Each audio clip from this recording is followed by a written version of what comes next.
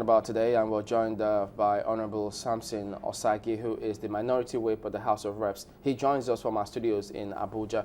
Morning, and thank you for joining us today. But having listened to that, and so let's take it from there. I mean, you, while having that press conference, did say that you came to that conclusion that the source of funds is stealing, corruption. How did you come to that conclusion? Good morning, Chamberlain.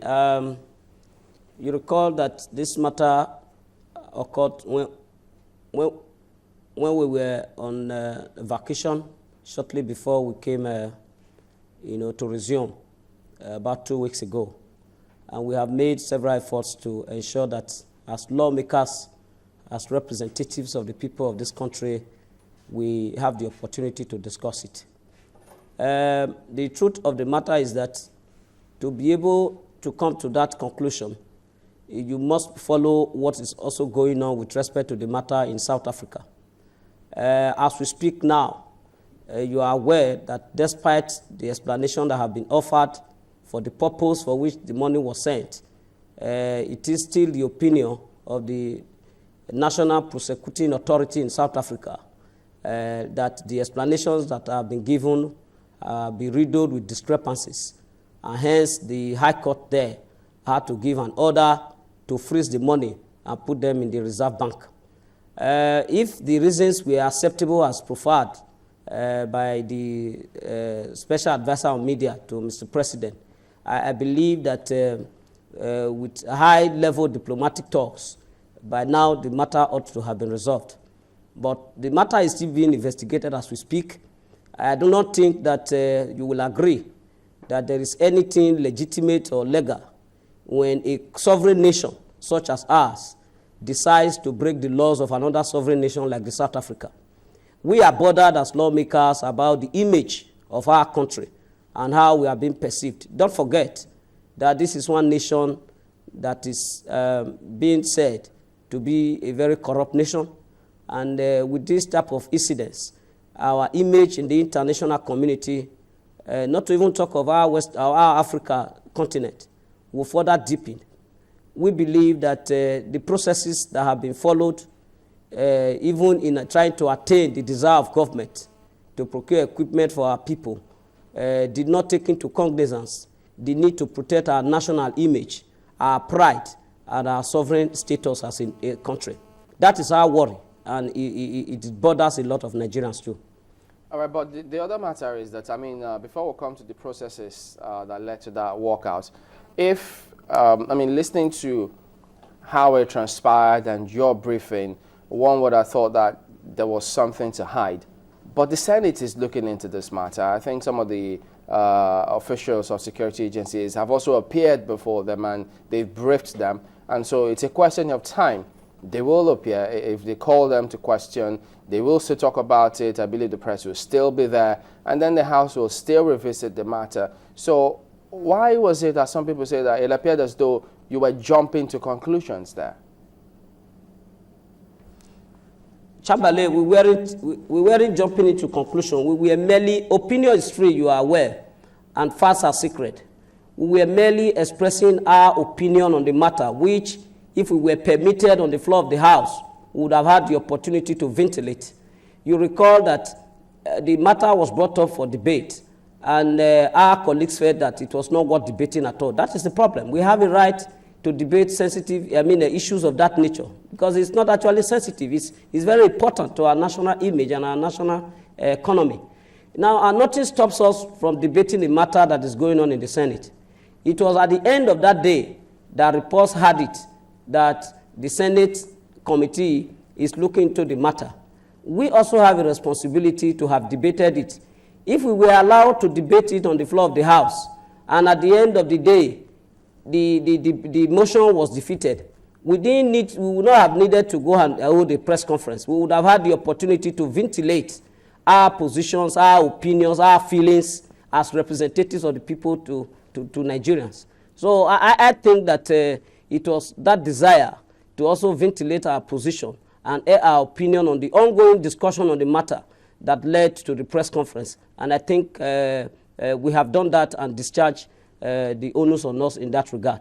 Could you then explain to us what transpired? Because, I mean, the report we played showed the speaker at the time who presided, the deputy speaker, while he put the question to vote, and then majority said nay, and then the next thing was the APC lawmakers walked out.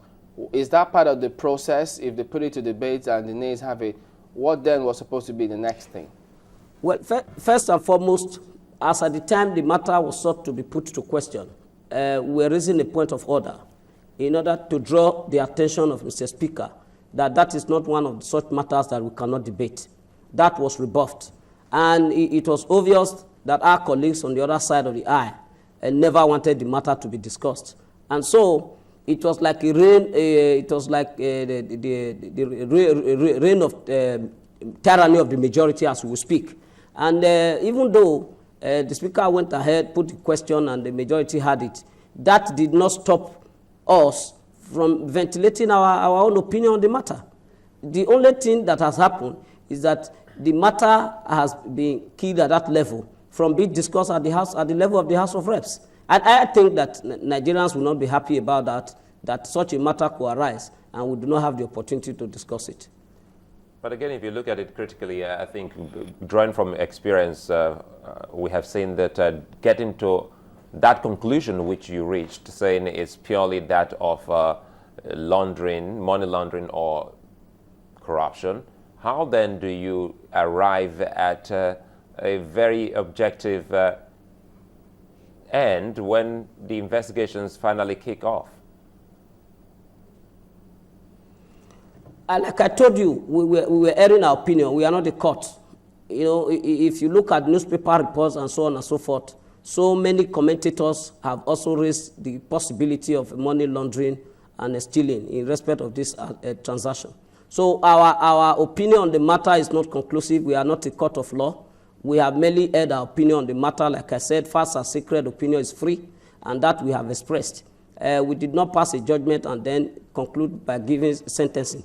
So what we are saying is that if we would have had the opportunity in Parliament to ventilate our position and ventilate our opinion on the matter as parliamentarians and as lawmakers, especially on such issues that border on our national image.